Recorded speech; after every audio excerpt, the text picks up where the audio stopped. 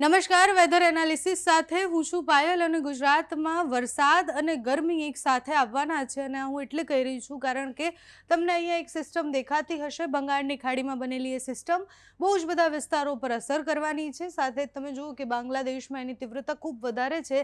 એના કારણે આ બધા જ વિસ્તારો અને સાથે જ જે આપણે માલદીવ્સ છે એની આસપાસના વિસ્તાર છે એની આસપાસ જે છે ત્યાં એ સિસ્ટમ ક્રિએટ થયેલી છે. એટલે બંગાળની ખાડી અને અરબી સમુદ્ર બંને જગ્યાએ કરંટ છે અને એના કારણે ગુજરાતમાં સંભવિત રીતના વરસાદ પડશે. પ્રી મોન્સૂન એક્ટિવિટીના ભાગરૂપે પડેલો વરસાદ હશે એટલે સામાન્યથી મધ્યમ વરસાદ પડશે. અતિ ભારે વરસાદની કોઈ આગાહી નથી, પણ અત્યારે તો ભયંકર ગરમી પણ પડી રહી છે. બે અલગ અલગ સિસ્ટમો પણ બની છે. એ સિસ્ટમોની અસર પણ થવાની છે.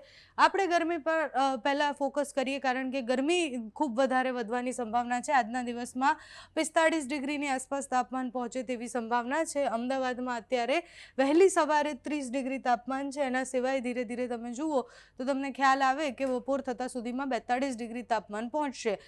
કચ્છમાં પણ એ સ્થિતિ રહેવાની છે, સૌરાષ્ટ્રમાં પણ એ સ્થિતિ રહેવાની છે, સાથે જ દક્ષિણ ગુજરાતના ભાગોમાં પણ એ સ્થિતિ રહેવાની સંભાવના છે. એટલે ગુજરાતમાં ભયંકર ગરમી આજે પણ પડવાની છે. હીટવેવની આગાહી જે હવામાન વિભાગ દ્વારા કરવામાં આવી હતી એ હીટવેવ હવે આગામી આખું અઠવાડિયું જે છે એટલે આજે 1લી તારીખ છે તો 7મી તારીખ સુધી આ સ્થિતિ રહેવાની છે.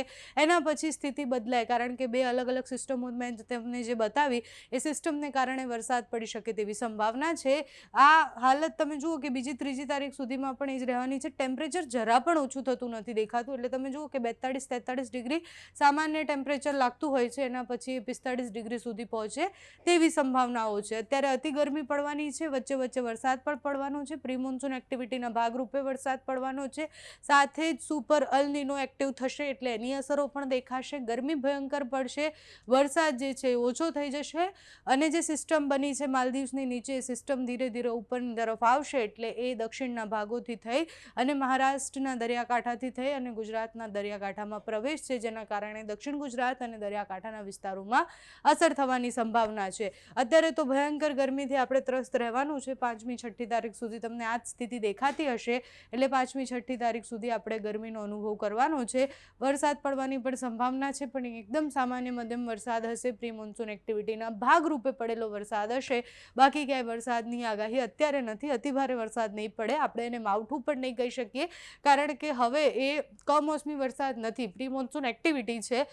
ચોમાસા પહેલાં જે થોડો ઘણો વરસાદ પડતો હોય છે અને જે વાદળો ઘેરાતા હોય છે એ વરસાદ પડવાનો છે એટલે પ્રી મોન્સૂન એક્ટિવિટી શરૂ થઈ જવાની છે. બાકી અત્યારે ગરમી છે, થોડીક વરસાદ પડવાનો છે. મે મહિનામાં અડધો મે મહિનો ખૂબ વધારે ગરમી અને અડધો મે મહિનો ખૂબ વધારે વરસાદ પડવાની સંભાવના છે અને એ પ્રી મોન્સૂન એક્ટિવિટીના કારણે.